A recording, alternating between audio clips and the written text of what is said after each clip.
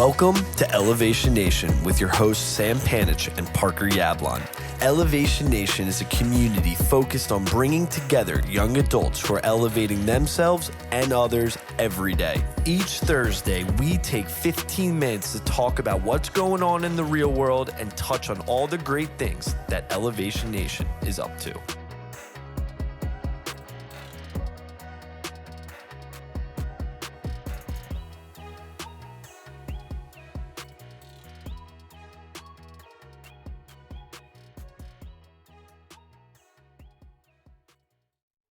What's happening, Elevation Nation and Sam? It is the end of July. And brother, I just got to say, we're at 500 episodes now before we get into the topic. 500. That's our biggest milestone yet.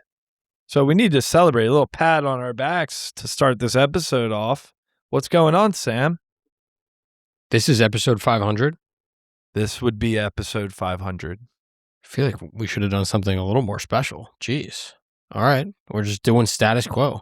Congrats on 500. Well done. Pretty wild. Glad we're still going. Proud of us for pushing through when it was not easy. 500 episodes, I think, makes you pretty legit. So congratulations, Parker. I'm excited for today's Fortitude and 15 topic, though, because it's a unique one, to say the least. Oh, so we shouldn't just say, you know what, we're going to do a Fortitude and 15 last minute switch up, talk about 500 episodes. But at the same time, it's like, it is a lot of the same stuff we talk about. So let's go for it. Let's get into it. Let's elevate some mindsets. We don't need to pat ourselves on the back. We do that enough. Yeah, well, maybe we'll do another episode that's a little bit more geared towards some lessons that we've learned through the journey, talking about the conversations we've had, the people we've interviewed. But today's about a guy that is very much in the world of mindset, motivation, mental fortitude. David Goggins. We're going to touch a little bit more on David Goggins. And if you don't know who he is how would you describe David Goggins? I'm trying to describe him. Badass motherfucker. Is that a good description? Jesus, Sam. There's kids listening. Listening. Sorry, kids. A badass mother. I mean, yeah, you have a better description? Pretty intense dude. I think he was like, I don't know his story very well, but basically he was like really out of shape, really just like not a healthy guy. And he said, you know what, screw it. I'm going to enlist in the Air Force and change my entire mentality of life. Gets into the Air Force, like does incredible stuff there, learns about his new mindset and mental fortitude that he could basically do anything. And now he like runs like ultra marathons, does like crazy physical feats, but also pushes his mind to new levels to conquer crazy goals, like crazy goals. But the topic of conversation is not about what he has done for 35 plus years. He actually did something recently that I thought was pretty cool that I wanted to talk about. He, at 51 years old, re-enlisted, Sam, in the Air Force and is currently training for Pararescue, which is the same program he quit at 19 after he had a sickle cell diagnosis. He's spent 25 years afterwards as a decorated SEAL, a ranger. He wrote some books. Obviously, he's a motivational speaker. And now he's at 51. He's extremely successful. He doesn't need to do this, but he's like, you know what? I'm going back to the Air Force because I want to finish. And what's interesting, Sam, is the public reaction has been kind of split. Some are calling it the purest version of the message that he's sharing with his audience. And others are saying that he's taking other people's chances or shots of like actually joining the Air Force. And so obviously a little controversial. I think you and I are both going to agree with the former that it's really freaking cool to see the guy like this go back and complete what he set out to do at the Air Force. But first of all, what's your thought? I think it's pretty cool. I mean, it's sick. And I get people maybe saying like, hey, you're taking it away from someone that's 22 or whatever. To me, when it comes to military service, who is better? Like, who can protect us better? Who can complete the tasks better? This isn't like a giveaway. If Goggins got it and wasn't a badass and couldn't handle himself, then I would totally agree. If it was given to him just because of his celebrity status, then I would agree. I have to imagine David Goggins is also probably one of the most badass fighters that they have there and is a freak and is motivating everyone else around him to be better and to work harder. Again, making an assumption. But I want, protecting me and my country, the most impressive and qualified person, regardless of their age. It's my 2 cents. So I'm cool with it. What do you think, Parker? I'm in the wheelhouse of, I just think it's a really cool story. I think he's going to he's someone I feel like is always just trying to do something different, do something above everyone else, push his mindset and his mental fortitude and push through it. And I think it's a really cool way that he can do it, share his story, motivate new people in new ways. I mean, it's completely aligned with the message that he shares with the world. I'm really excited to see what comes of it. And, I think we're going to have to give it a follow for sure, like a little bit more intently to see, what becomes challenging, because he's done some crazy things. Like, is this just going to be easy? Or is this going to challenge him in a new way? One, because he's older, but secondly, maybe training is different. Maybe his mind isn't as good as it once was. Maybe it's not as great as a younger person's mind that hasn't seen the world as much. So definitely something to follow. But I want to go into some fast fortitude questions for you, talking about a little bit of this topic, if you don't mind, Mr. Sam. Let's go into the first one. What's something you quit, like Goggins, years ago that still bugs you, that you haven't been able to finish it? I think I quit it, but I never really started it. I tried to learn to play the guitar and teach myself, and I got okay in the 7th grade, 8th grade, freshman year. But I was all self-taught. I kind of wish I went a little bit harder and took real lessons so I could shred on the guitar. I think that would have been really cool. I also wish I did piano lessons. It's another one that I never started, but I wish I did. And then I guess one thing that I quit that I regret is gymnastics. I think gymnastics makes incredibly jacked and flexible athletes. And I quit and I started playing team sports. But as a little kid, I loved gymnastics. Thought it was so fun. Those are my answers. I do not see you as a gymnast. What would be your activity on the floor? Like, are you backflips or Bro, we were 5. No, I was 5. We didn't get that far. I just think it's cool. I want to do backflip. I wish you would have became a pommel horse guy. I'm not strong enough. Maybe back in alternative reality. Who knows? Okay, Parker, fast 5 question for you. 1, I'm curious.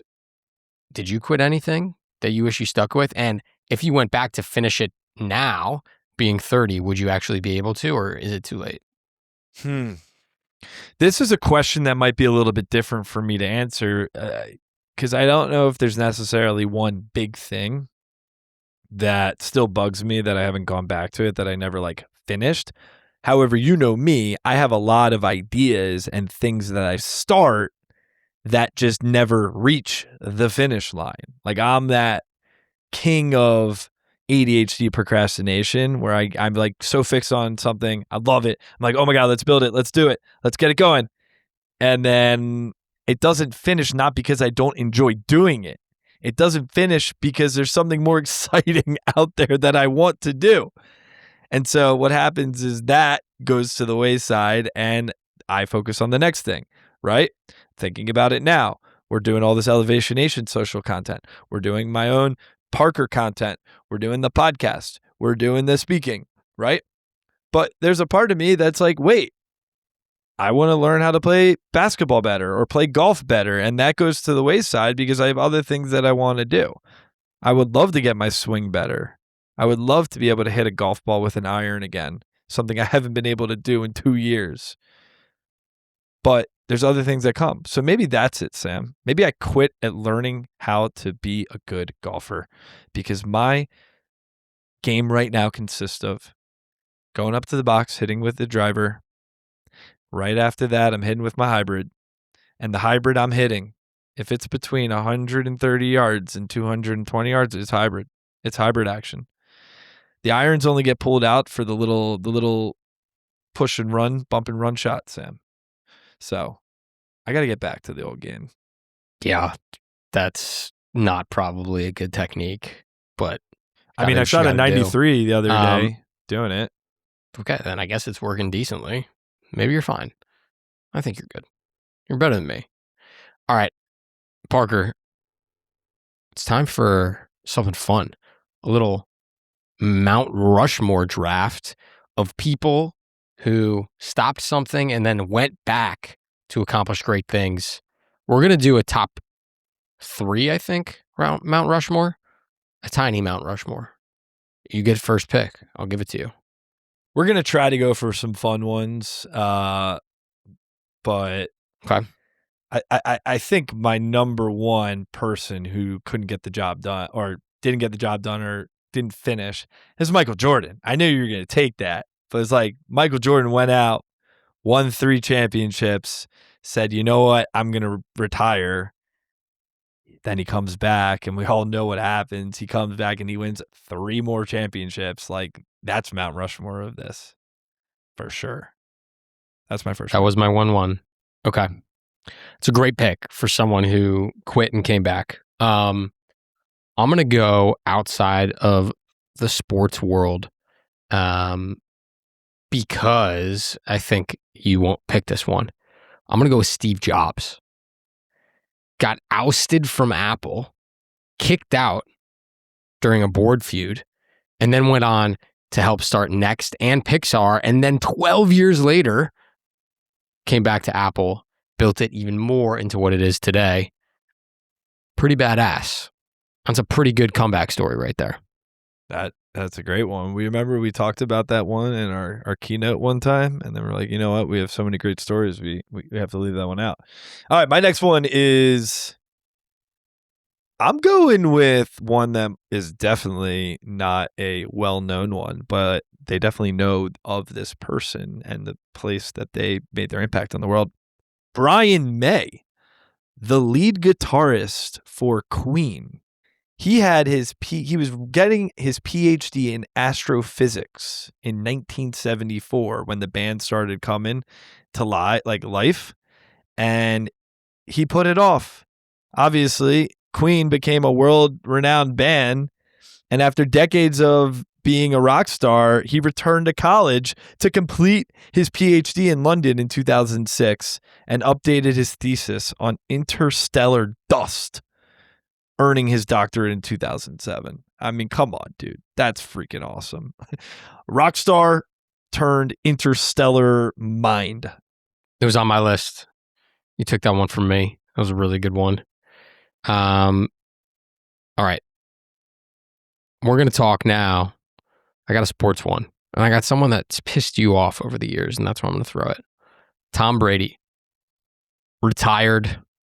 44 years old, already had 7 Super Bowl rings. He lasted 40 days in retirement. And then, what did he do, Parker? Unretired, came back, and won. Extreme success. Tom Brady, coming back. Not done. He might still unretire. If Gronk came back, he might come back. Dude, he's ruining his legacy right now by getting involved with, like, Logan Paul. Everyone's talking about this. Maybe he's going to unretire and go to the WWE. No, please do not. We can't have this. We cannot have the crossing of, I mean, Jalen Brunson loves the WWE, I guess, but Tom Brady, come on. All right, last one for me. I got Mr. Steven Spielberg. This is a classic. He dropped out of Cal State University in 1968 after he was offered a contract with Universal Studios. And he said, you know what? After 33 years making some of the world's greatest movies of all time, my favorite movie of all time, Saving Private Ryan, he re-enrolled and submitted his film work that he had done the last 33 years for course credit. And then graduated 2002. You think he passed? Badass. Can you imagine if he got a B or like a C plus? I can't. That's a really good pick. That was on my list. All right. I'm going another athlete, George Foreman. retired in 1977, had a horrible loss. He then spent 10 years as a preacher. Then came back at 38 to raise money for a youth center. Then, at age 45, he knocked out Michael Moore, reclaimed the heavyweight title, wearing the exact same red trunks that he wore 20 years earlier when he lost to Muhammad Ali. That's like that's movie shit right there. Do you think they set that up on purpose? Insane. I feel like the boxing world is kind of like boxing and wrestling. I feel like they kind of set up some of this stuff for, clicks or views, or at the time Right. it's ticket purchases. Going into conspiracy TV deals. theories. I think we got to go 4, Parker. If we're going to make a Mount Rushmore, I'm going to make a graphic for us. I don't want people to think we only think there's 3 presidents on Mount Rushmore. So we need a 4th out of you and me. You got anyone? I mean, I could go with someone that we speak about in our keynote, Simone Biles. We all know the story of Simone. We talked about Noah Khan last week, also someone we talk about in our keynotes, but Simone, she came onto the scene 2016, absolutely crushed it, went gold, 3 times, Sam, or 4 times or something like that? I think it was 3. And then 2020 Olympics and 2021, actually, because it was delayed in Tokyo. We know what happened. She went bronze and then silver, or silver then bronze. And then for that 3rd contest, she got the twisties, which is like some phenomenon that gymnasts get. She said, you know what, I'm done. Took herself off the mat. That was the rest of her Olympics. And she took 2 years off from gymnastics after that, before saying, you know what, I'm coming back. And then this past Olympics in Paris 2024, she brought home 2 or 3 more gold. So that's an all-time comeback story right there. Absolutely great. All right, Parker, this is my final pick. Do you know who Dave Thomas is? Dave Thomas, founder of Wendy's, my personal favorite fast food restaurant. Incredible stuff. Dropped out at 15 to go work in restaurants full time. Then founded Wendy's, obviously very successful, public icon. But he actually said dropping out of high school was the worst mistake of his life. So at 69, he went back to school and got his GED. Didn't need it, but he just wanted to. Wanted to go back, wanted to finish what he started. I think that's really commendable and crazy comeback story. And hot take, Wendy's food is just so much better than McDonald's. Significantly better burgers, better chicken nuggets, and you can't beat a Frosty. So Dave Thomas knew what he was doing, and an educated founder with his GED. Great guy. I couldn't disagree with you more. McDonald's is the OG of fast food. Sendy's is good, as I call it, but it just doesn't top McDonald's. Well, I would tell you, Sam, that David Goggins would be really upset that we're debating McDonald's versus Wendy's on the episode that we talked about with him. But this was a fun episode. Goggins' story and next journey we're going to be following, and Elevation Nation. Hope you enjoyed it. Until next week. Peace. Peace. Thanks for tuning in to Elevation Nation. If you enjoyed our conversation, hit that subscribe button to get notified when we release a new episode. If you would like to join Elevation Nation or get more information about the nation, please visit our website at www.elevationnation.io. Until next week, Elevation Nation, peace.